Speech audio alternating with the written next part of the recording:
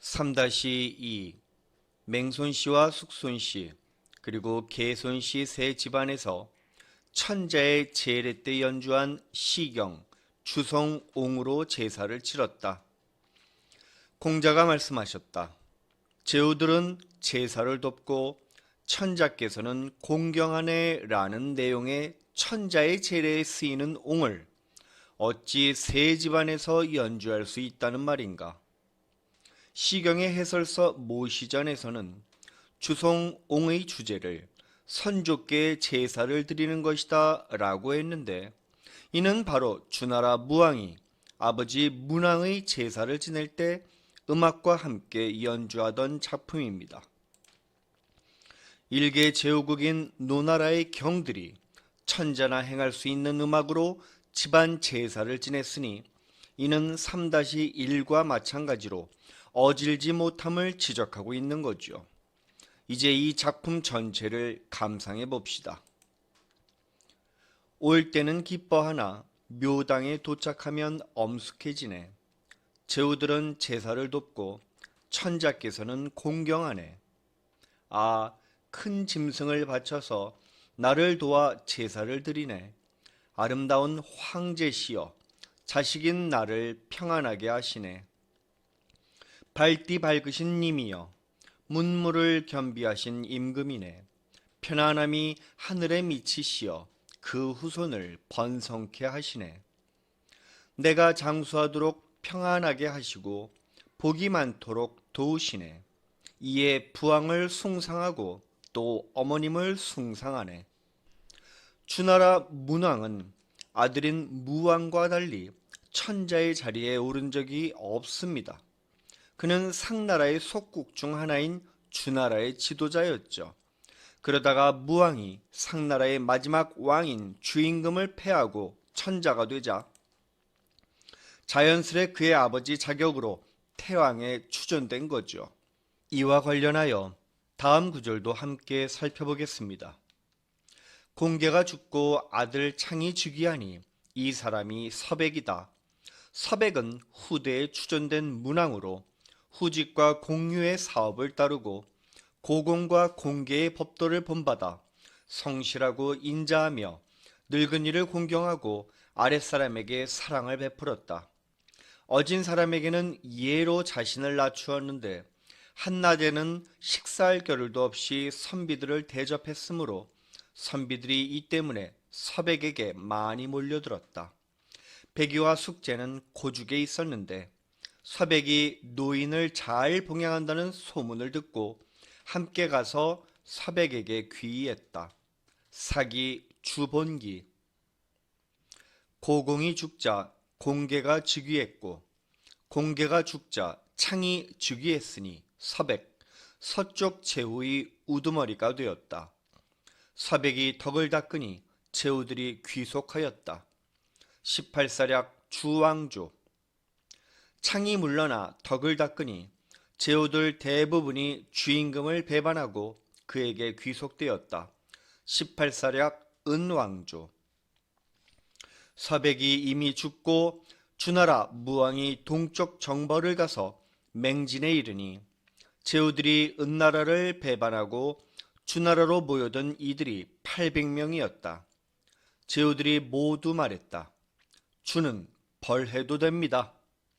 그러자 무왕이 말했다. 그대들은 아직 1000명을 모른다. 이에 다시 돌아갔다. 사기 은본기.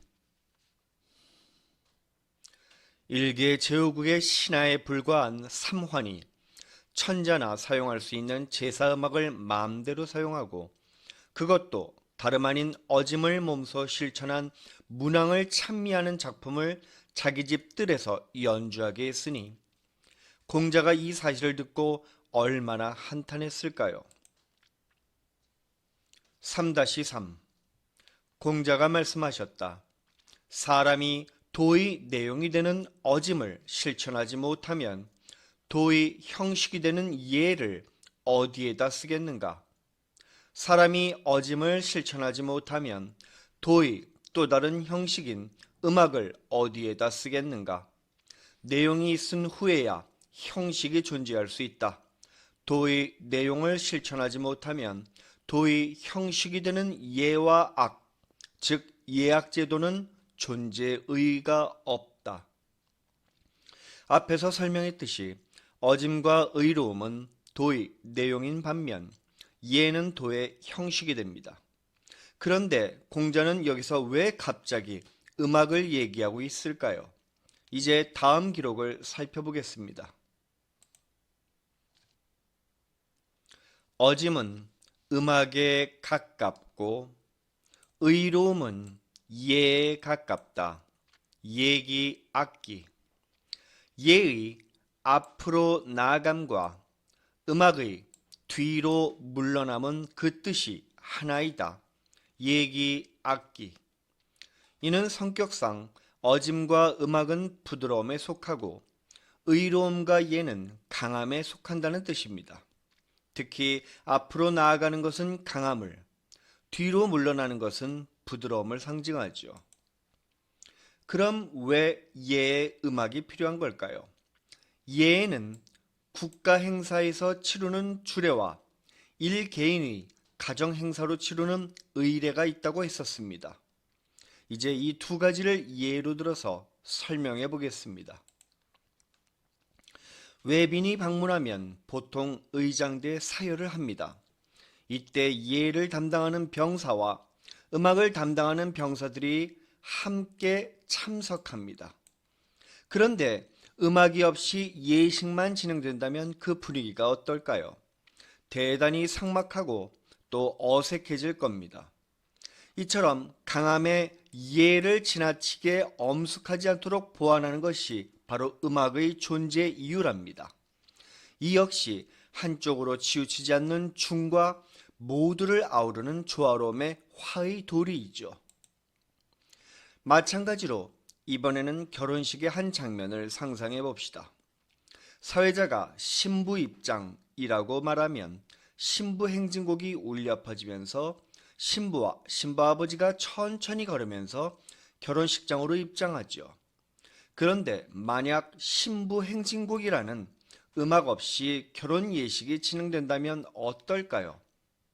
이처럼 음악은 예의 강함을 보완하는 부드러움입니다. 조화로움은 강함이나 부드러움 한쪽으로 치우치면 안 되기 때문이죠. 그래서 예기에서도 다음처럼 설명하고 있습니다. 음악이라는 것은 같이하여 다스리는 것이고 예라는 것은 달리하여 다스리는 것이다. 같이 한다는 것은 서로 가까이 하는 것이고 달리한다는 것은 곧 서로 정중한 것이다.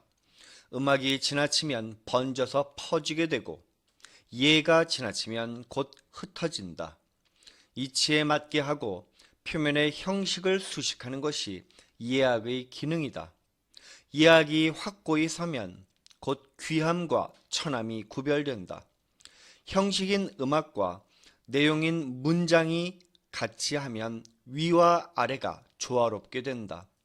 조화함과 미화함이 드러나면 곧 현명함과 못나고 어리석음이 나눠진다. 제어하여 난폭함을 누르고 벼슬을 주어 현명한 일을 추천하면 곧 나라를 다스리는 것이 고르게 된다. 어짐으로 윗사람을 따르고 의로움으로 바로잡는 것이다. 이렇게 하면 곧 백성들을 다스림이 행해지게 된다. 예기, 악기.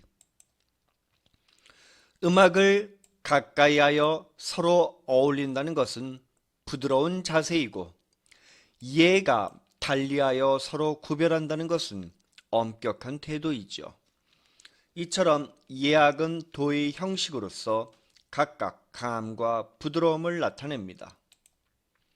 어느 한쪽만 있으면 지나치게 엄격하거나 지나치게 부드러워서 퍼지게 되는 거죠. 강함이나 부드러움 어느 한쪽에 치우치지 않고 문장에 기록된 도의 내용인 어짐 및 의로움과 조화로움을 이뤄야 비로소 도에 가까워지는 겁니다. 그렇게 되면 지도자가 현명함을 좋아하고 못나고 어리석음을 미워하게 되어서 현명한 일을 등용할 것이니 자연스레 백성들이 바로잡혀서 나라가 안정되는 겁니다. 따라서 공자는 도의 내용과 형식은 모두 중요하지만 본질인 내용이 없으면 형식은 아무 쓸모가 없다고 강조하고 있습니다. 하지만 그렇다고 해도 도의 형식 역시 중요한 겁니다. 내용을 보완해주는 역할을 해야 하니까요. 이제 이와 더불어 다음 구절 역시 함께 살펴보겠습니다. 17-11 공자가 말씀하셨다. 예루다 예루다 라고 하는데 그것이 과연 옥과 비단을 말하는 것이겠느냐? 음악이로다 음악이로다 라고 하는데 그것이 과연 종과 북을 말하는 것이겠느냐?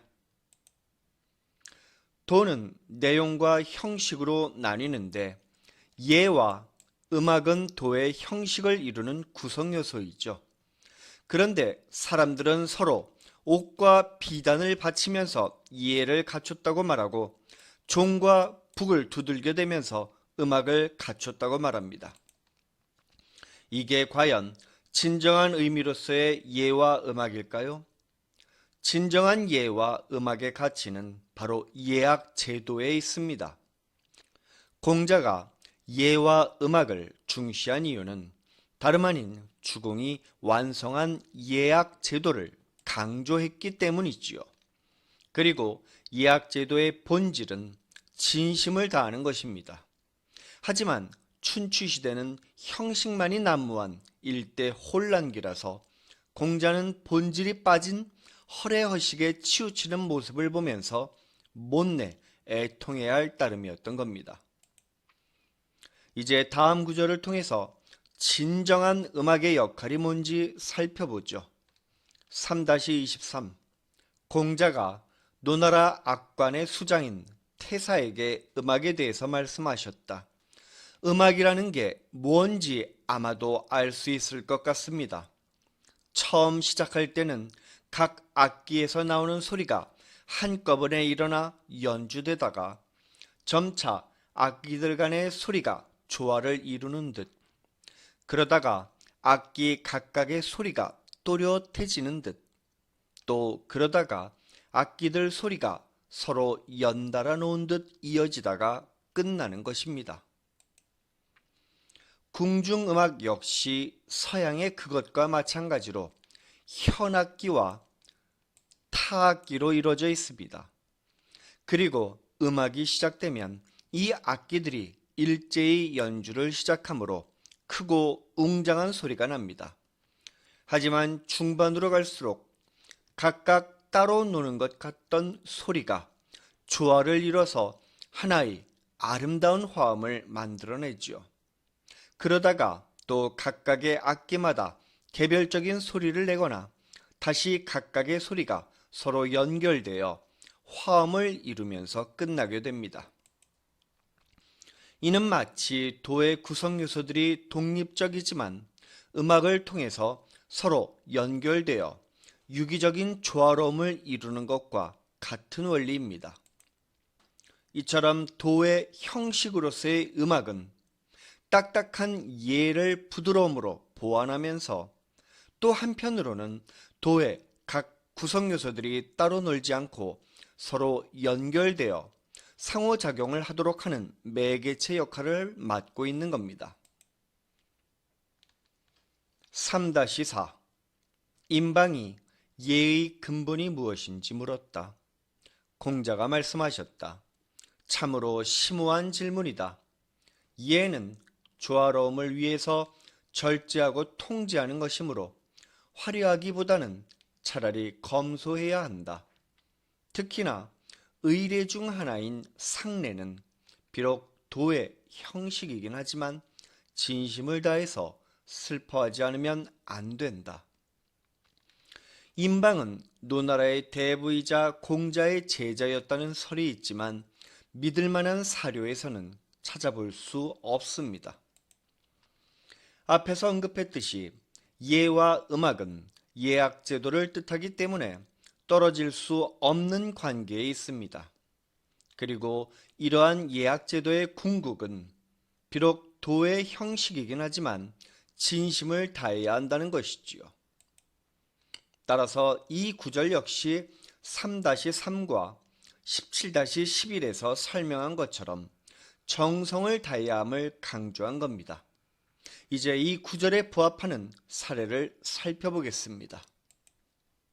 한국에서는 찬스 일병의 귀환으로 알려진 2009년작 테이킹 찬스는 바로 이러한 가치관을 잘 반영했습니다. 이 영화는 2004년 이라크 전쟁에서 전사한 미국 해병대 찬스 펠프스 이병, 전사 당시 19세였지만 사후 1계급 특진되어서 최종 계급은 일병의 유해를 운구하는 임무에 자원했던 마이클 스트로블 해병대 중령의 실화를 바탕으로 제작되었는데요. 스트로블 중령은 그간 야전 부대에서 근무하던 경력을 뒤로 하고 당시 교관과 참모 업무를 맡고 있었습니다. 하지만 전쟁터에서 고생하는 전우들에 대한 미안한 마음 때문이었는지 그는 매일 전사자 명단을 들춰보며 혹시나 아는 이름이 없기를 기도했죠. 그러던 어느 날 그는 자신과 같은 고향 출신인 찬스 펠프스 이병의 이름을 보고 보통은 부사관급이 하는 유해 운구 임무에 자원합니다. 특히 콜로라도로 갈 줄 알았던 예상과 달리 찬스 이병 가족들의 당시 거주지인 와이오밍 주로 가게 되면서 여정이 상당히 길어지는데 그 과정에서 미국인들이 얼마나 전사자를 진심으로 애도하고 나아가 존경심을 보이는지를 잘 묘사했습니다. 예를 들어서 허허벌판 고속도로에서 운구 차량을 본 운전자들이 자발적으로 대낮에 자동차 라이트를 켜고 운구 차량 앞뒤로 호송 대열을 만들어 전사자에 대한 예우를 표하는 장면 등은 매우 인상 깊죠. 그리고 이러한 장면들은 왜 미국이 선진국인지를 단적으로 잘 보여주고 있습니다. 3-12 공자는 제사를 지낼 때 마치 조상의 혼령이 앞에 계신 듯이 정성을 다하셨다. 왜냐하면 이것이 바로 진심으로 섬기고 따르는 어짐이기 때문이다. 공자가 말씀하셨다. 내가 직접 제사에 참여하지 않으면 제사를 지내지 않은 것과 같으니 제사는 형식적으로 마지못해서 하는 것이 아니라 진심을 다해야 하는 것이다. 이는 다음 구절과 맥락이 서로 통하므로 같이 살펴보겠습니다. 3-26 공자가 말씀하셨다. 지도자의 덕은 자신에게 엄격하지만 아랫사람에게는 관대한 것이다. 그런데 윗자리에 있으면서 아랫사람에게 관대하지 못하고 조화로움을 위해 절제하고 통제하는 예를 갖추는데 정중한 모습을 보이지 못하며 초상을 치를 때 진심으로 슬퍼하지 않는다면 내가 어찌 그런 모습을 보아 넘길 수 있겠는가? 제례는 조상을 섬기는 것이므로 어짐의 표현이고 상례는 형식적이 아니라 진심으로 슬퍼하지만 자기 몸이 상하지 않게 하는 중의 표현입니다. 하지만 공자가 논어에서 이처럼 가장 기본적인 자세에 대해서 수차례 강조했다는 건 당시 춘추 시대가 얼마나 허례허식에 빠져 있었는지 보여주는 반증이 될 겁니다. 이와 같은 제례에 있어서 어짐과 상례에 있어서 한쪽으로 치우치지 않는 중의 자세는 다음 기록에도 보입니다. 종묘의 제사는 조상의 뜻을 진심으로 섬기고 따르는 어짐에 힘써야 하고 상례는 너무 슬퍼하거나 표면의 형식 어느 한쪽으로 치우치지 않는 중에 힘써야 한다. 예기,